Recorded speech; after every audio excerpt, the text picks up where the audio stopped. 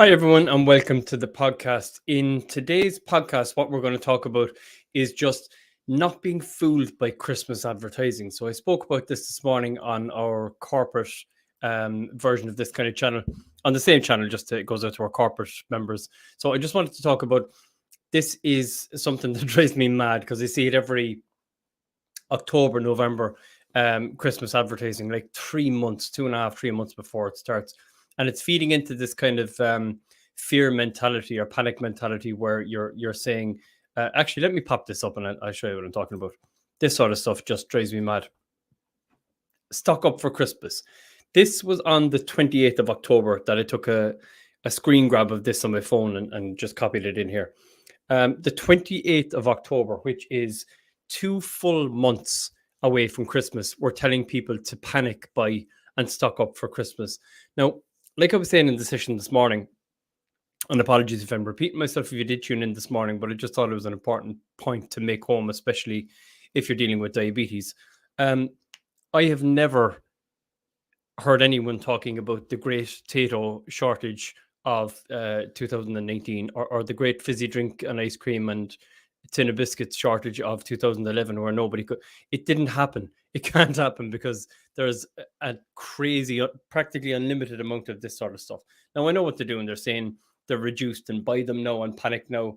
The idea is to get people buying these foods long before Christmas and consuming them long before and long after Christmas.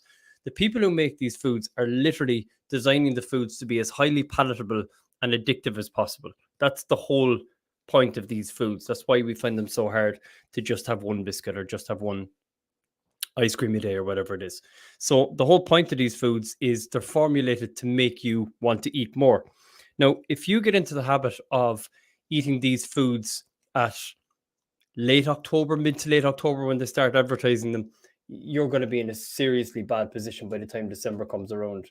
And this brings me to a term that we use all the time, and it's a casual term, it's a real Irish term, and it's not really meant in the way that a lot of us tend to kind of take it up, and that is Asher, it's Christmas. Now, Asher, it's Christmas is a real Irish expression for I'm going to intentionally eat food that I know is terrible for me, and I know my blood sugar levels are going to go up, and I know it's bad for my health, but it's a particular time of the year, and we're going to feed into this cultural construct that this particular time of the year is when we should do harm to our health. Now, don't get me wrong. I know you're probably thinking, geez, you'd be great crack at a Christmas party. I'm not saying that I don't eat those foods ever.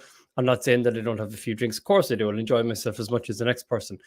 But saying Asher, it's Christmas at the end of November or halfway through November is madness. Saying it even the first week into December. Okay, the lights are up. So lights are up. Black Friday has come and gone. All the sales are on in the shops. Everyone is talking about Christmas. Kids are looking for presents. But that's because we're conditioned to do that.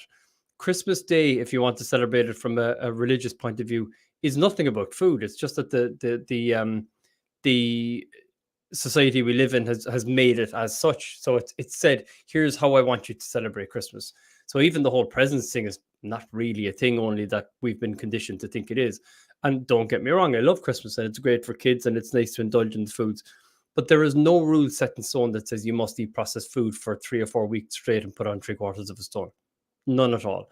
And it's even more important when the foods that you're eating are going to spike up your blood sugar levels and cause small blood vessel damage, eventually, almost inevitably, if you keep doing that stuff, leading to stroke, heart disease, kidney failure, dementia, Alzheimer's, Parkinson's, and many of the hormone-positive cancers.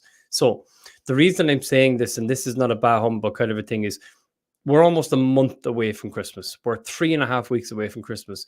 Yet I will get people over the next couple of weeks, and this is not a criticism of anyone in particular. This is just human nature saying to me, had a mince pie yesterday. And I'm like, it's the 26th of November. How did we end up with mince pies coming into the equation?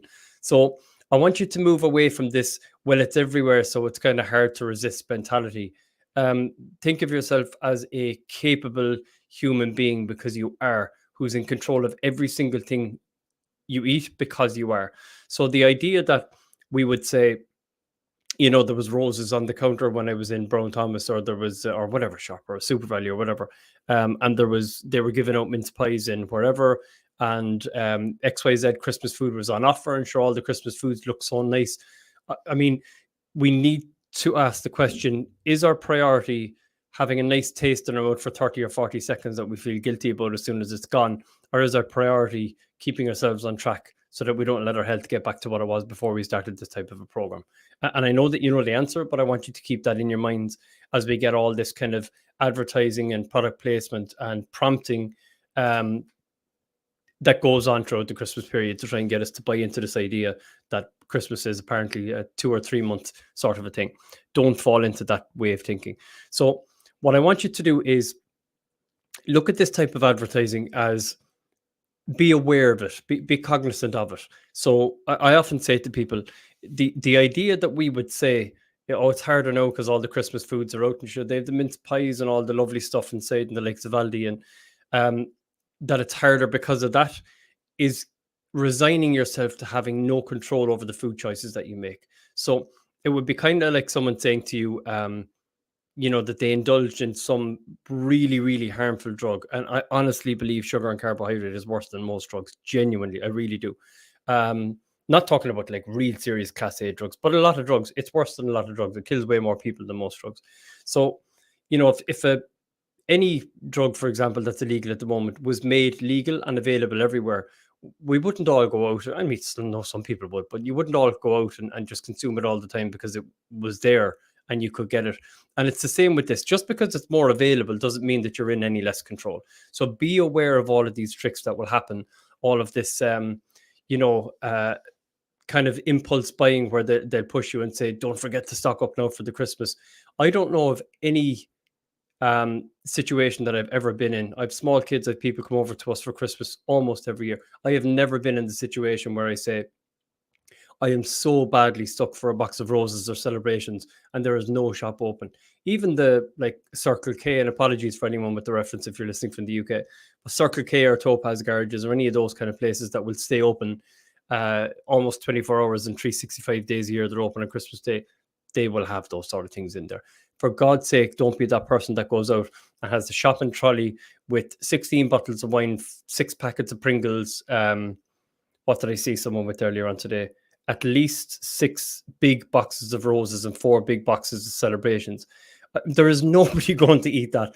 No, 1 or 2 or 10 or 20 people calling over is going to expect or eat that. So don't buy into the idea that you need to have the house flooded with those things, because what will end up happening is you'll end up sitting there on the 8th or 9th of January with about 11 pounds up, feeling absolutely terrible and going, I should probably log on to the Ready-Care stuff and get back on track. That's what will happen. Do not do that. Don't hit that self-destruct button coming into the Christmas period that says, sure, it was Christmas. Because sure, it was Christmas is just a made-up real Irishism where we go, I'm gonna tap out now. I'm gonna sign off here for a couple of weeks and just go mad. Don't do that. Your health is way too important to do that. So the message that I wanted to bring you today very quickly, guys, is don't buy into the hype that it has to be an all or nothing thing and you're now off some sort of a health improvement journey. Even the expression, oh, I fell off the bandwagon, or I'm off the diet for the last couple of weeks. There is no diet really. It's just the way that you eat. It's the way that you choose about foods. So you didn't fall off a wagon. You chose to eat those foods 4 or 5 or 6 times a day, and you can choose to get back on at any stage. But whatever you do, coming up to the Christmas period, we'll talk about how to manage the Christmas period over the next couple of weeks, but don't tap out now and say the advertising was all around and sure Christmas had started and you know yourself, office parties. No, let's stay on track. If we have the office party and if we have the night out with the lads or the girls or whoever else, the parents, indulge a little bit then and get back on track. But let's not do this, sure, it was Christmas stuff. So thanks for joining us. If you haven't subscribed already, please do and leave us a like. Chloe will be back next week talking about the kind of neuroscience side of things. I'll be back the week after to give you a big pep talk around Christmas. So enjoy the week and I will see you soon. Take care, everyone. Bye-bye.